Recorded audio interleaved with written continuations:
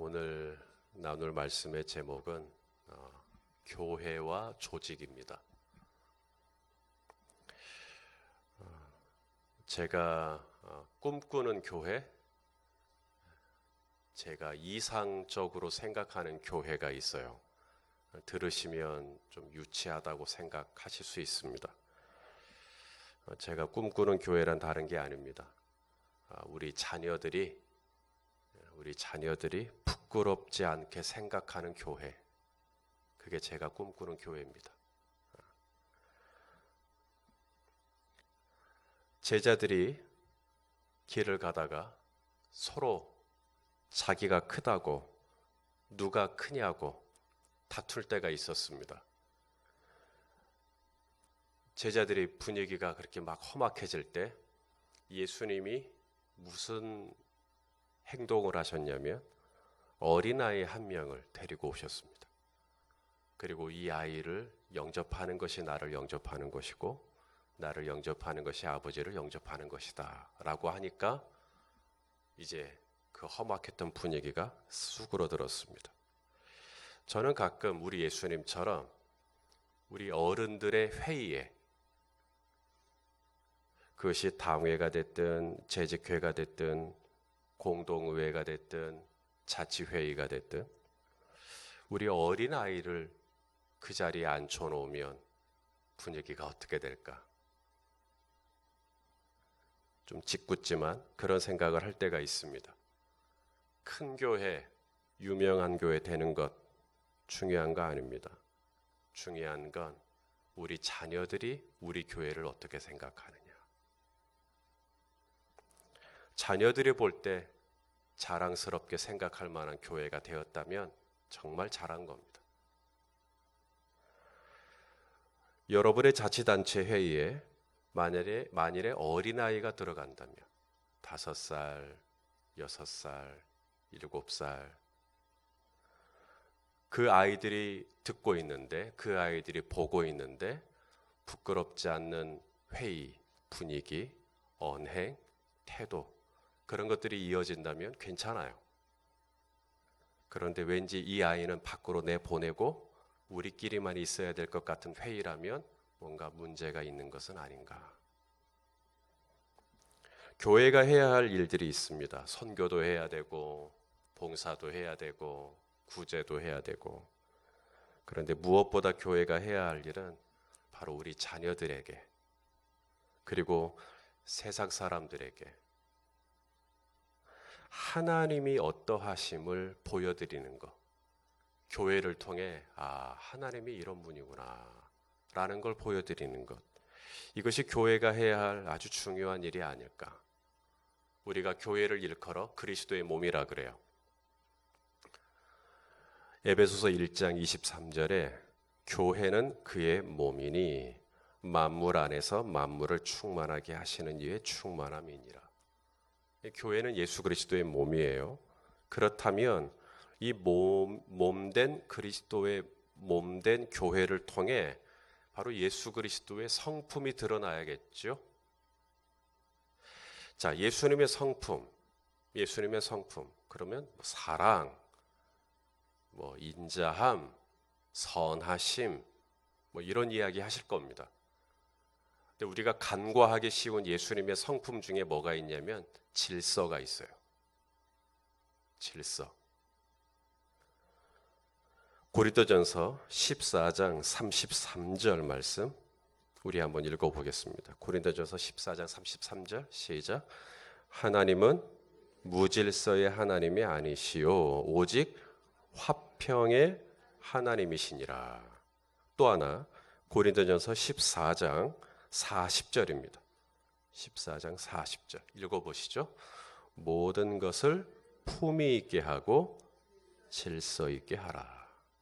계속해서 강조하는 게 뭐예요? 질서를 이야기하죠. 교회 안에 뭐가 있어야 된다는 거예요? 질서가 있어야 된다. 우리 하나님이 질서의 하나님이시라는 거예요. 그게 하나님의 성품입니다. 하나님은 무질서하지 않아요. 무질서는 하나님의 성품이 아닙니다. 천지창조를 보십시오. 제일 먼저 빛을 만들어요. 저를 보세요. 제일 먼저 빛을 만드시고요. 그 다음에 궁창을 만드십니다. 궁창. 그 다음에 땅과 바다를 딱 나누십니다. 그 다음에 이 빛을 주관하는 광명체를 만드세요. 그리고 궁창을 날아다니는 새들을 만드시죠. 바다에 생물들이 있게 하시고, 그리고 마지막 날 드디어 땅 육지에 있는 모든 짐승과 사람들을 만드십니다. 우리가 천지창조의 어떤 이 과정들을 보면서 우리가 뭘 느껴야 되냐면, 하나님이 소름이 돋도록 질서에 민감하신 분이라는 거예요. 그냥 중구난방으로 그냥 막 창조하신 게 아니라 철저하게 질서를 쫓아서 창조하십니다. 예전에 그런 말이 있었어요. 1980년대에 유행했던 공익 광고의 한 대목입니다. 질서는 편하고 자유롭고 아름다운 것. 막 포스터도 막 많이 붙이고요. 막 그랬어요. 질서는 편하고 자유롭고 아름다운 것. 누가 한 말인지는 모르겠지만, 누가 처음 그것을 떠올렸는지는 모르지만 하나님의 성품을 잘 담았어요. 하나님의 질서 안에는 편하고요, 자유롭고요, 거기에는 아름다움이 들어가 있어요. 지금 다윗이 이제 성전을 본인은 못 지으니까 이제 준비를 하고 있어요.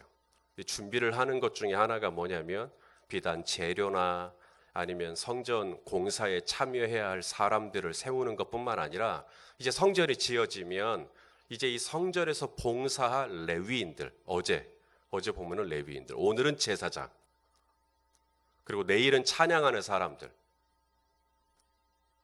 그리고 모레는 이제 성전의 곳간을 맡을 사람들, 성전 문지기들, 그리고 군의 행정관리들. 그래서 앞으로 27장까지 계속해서 조직을 합니다. 누가 할 거냐? 어떤 순서를 쫓아 할 거냐? 그냥 건물만 덩그러니 지어놓으면 그건 껍데기죠. 그 안에서 봉사할 사람들을 어떻게 조직을 짤 거냐? 지금 이걸 하고 있는 거예요. 이게 굉장히 중요한 부분입니다. 질서를 세우는 거죠. 오늘 본문은 레위인들, 이 제사장들이죠, 제사장들. 이 제사장들을 어떻게 나눌 거냐?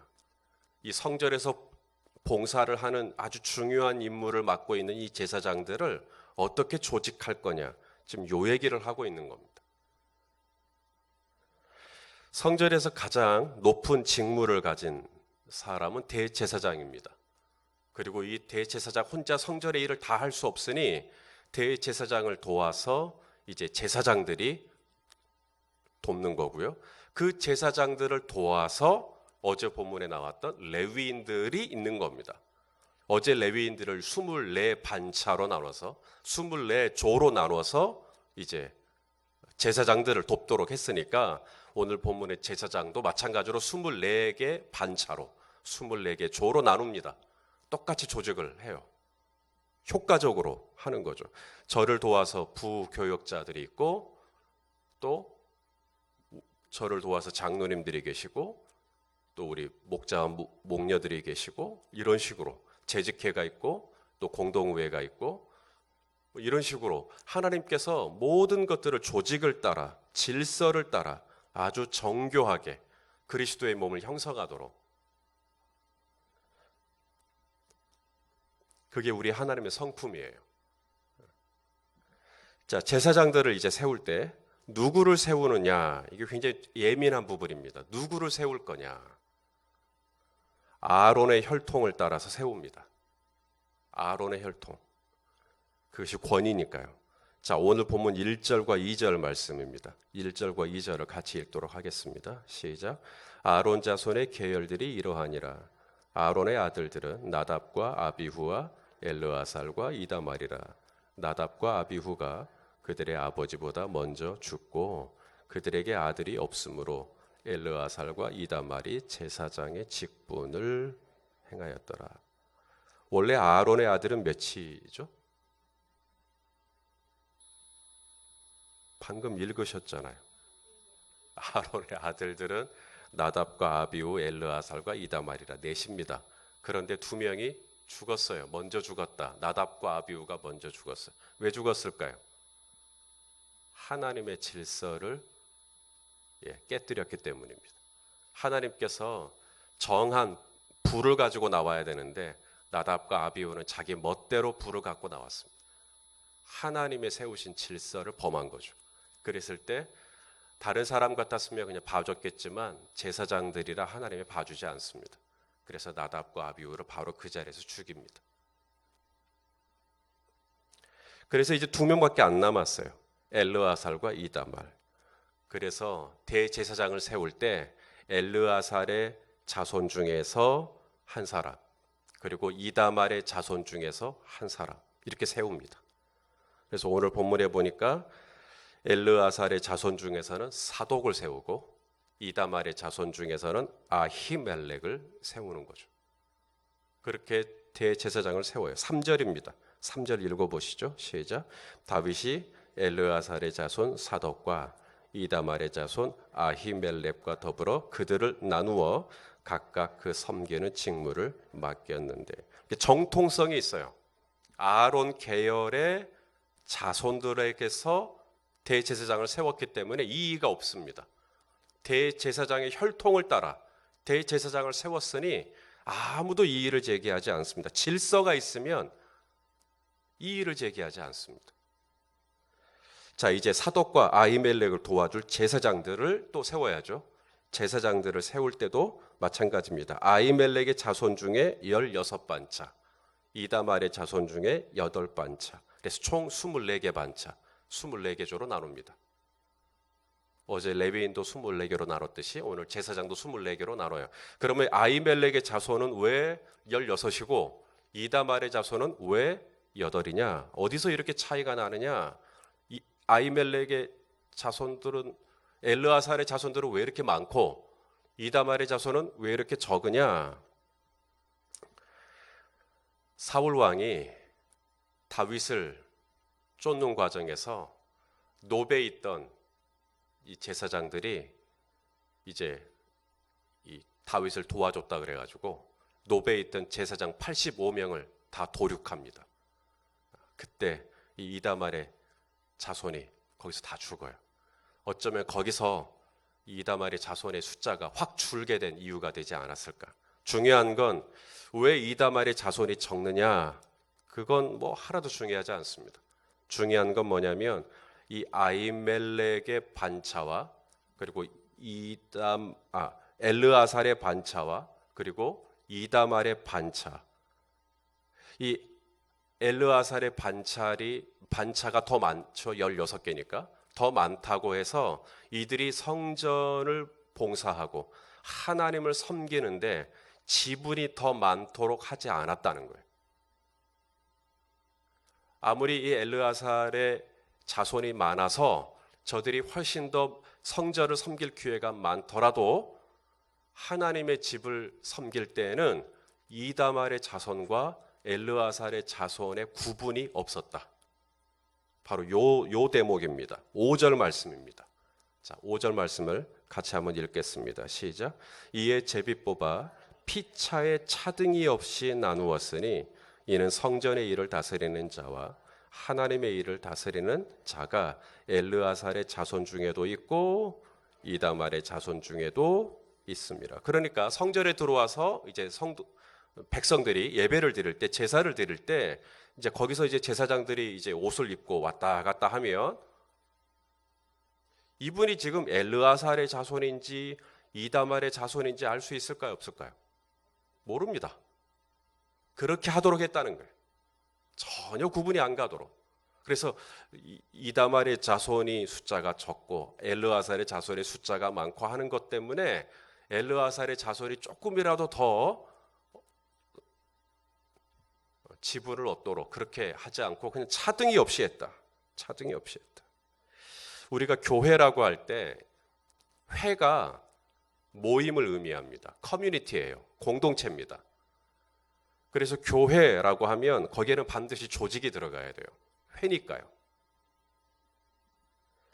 하지만 교회의 조직과 세상의 조직이 약간 다릅니다. 세상의 조직은 차등이라는 게 있어요. 위에서부터 아래로 차등이 있습니다. 그런데 교회의 조직은 차등이 없습니다. 그게 달라요. 갈라디아서 3장 28절 29절입니다. 갈라디아서 3장 28절 29절.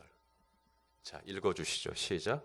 너희는 유대인이나 헬라인이나 종이나 자유인이나 남자나 여자나 다 그리스도 예수 안에서 하나이니라. 너희가 그리스도의 것이면 곧 아브라함의 자손이요 약속대로 유업을 입을 자니라. 누가 아브라함의 자손이고 누가 유업을 입을 자인가?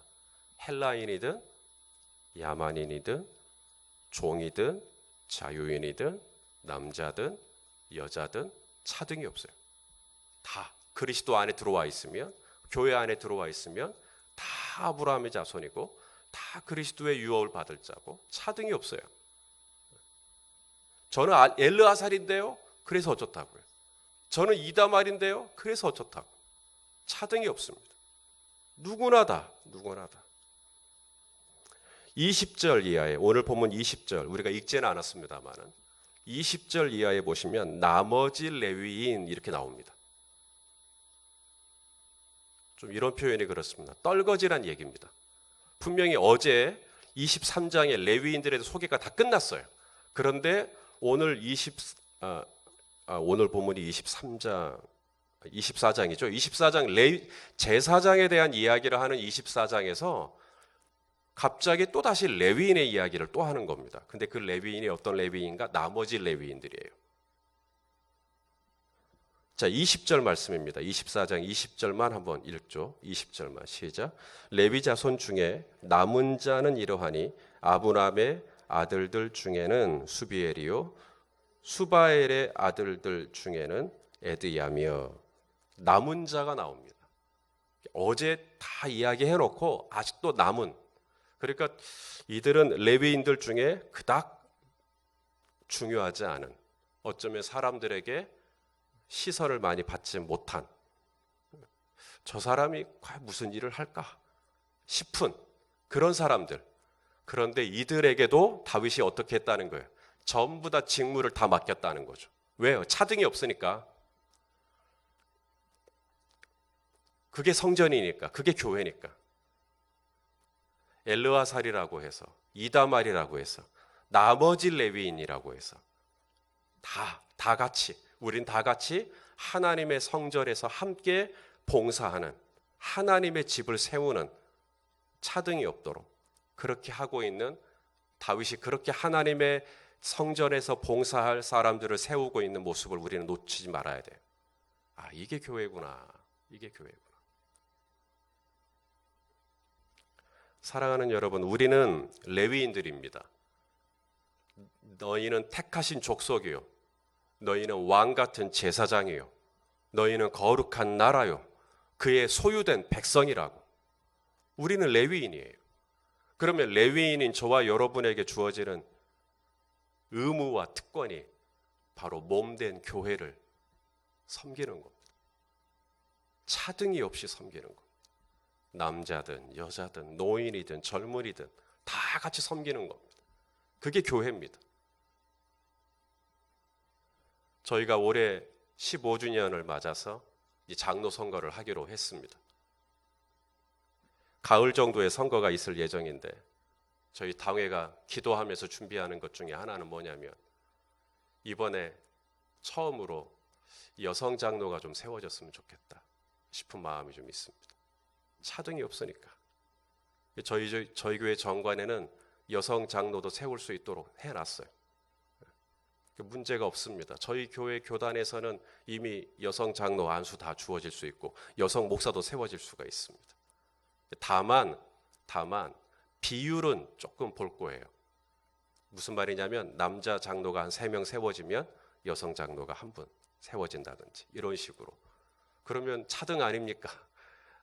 차등이라고 볼 수도 있겠지만 그것은 제가 이 교회 담임 목사로서 저의 목회적인 어떤 경향이나 철학이, 그래도 저는 남성들하고 같이 하고 싶은 마음이 좀 있기 때문에 약간의 차등은 좀 비율적인 면에서는 좀 3대 1이든 4대 1이든 좀 이길 수 있겠지만 어쨌거나 이번 기회에 좀 여성 장도 좀 세워졌으면 좋겠다. 그런 마음이 좀 있습니다. 남자나 여자나 다 아브라함의 자손이요. 다 그리스도의 유업을 이을 자니라. 그래서 우리가 함께 그리스도의 몸을 세우고 함께 교회를 세워가고 이것이 주님의 몸을 세우는 조직 중에 꼭 필요한 부분들입니다. 아무쪼록 이 교회가 편하고 자유롭고 아름다운 질서를 잘 세워가고 사역을 하되 차등 없이 사역하고 이 교회 안에 나머지 사람이라고 하는 그런 것 없이 좀 누구라도 다 같이 하나님의 일들을 감당할 수 있는 그런 공동체가 될 수 있기를 예수님의 이름으로 축원합니다.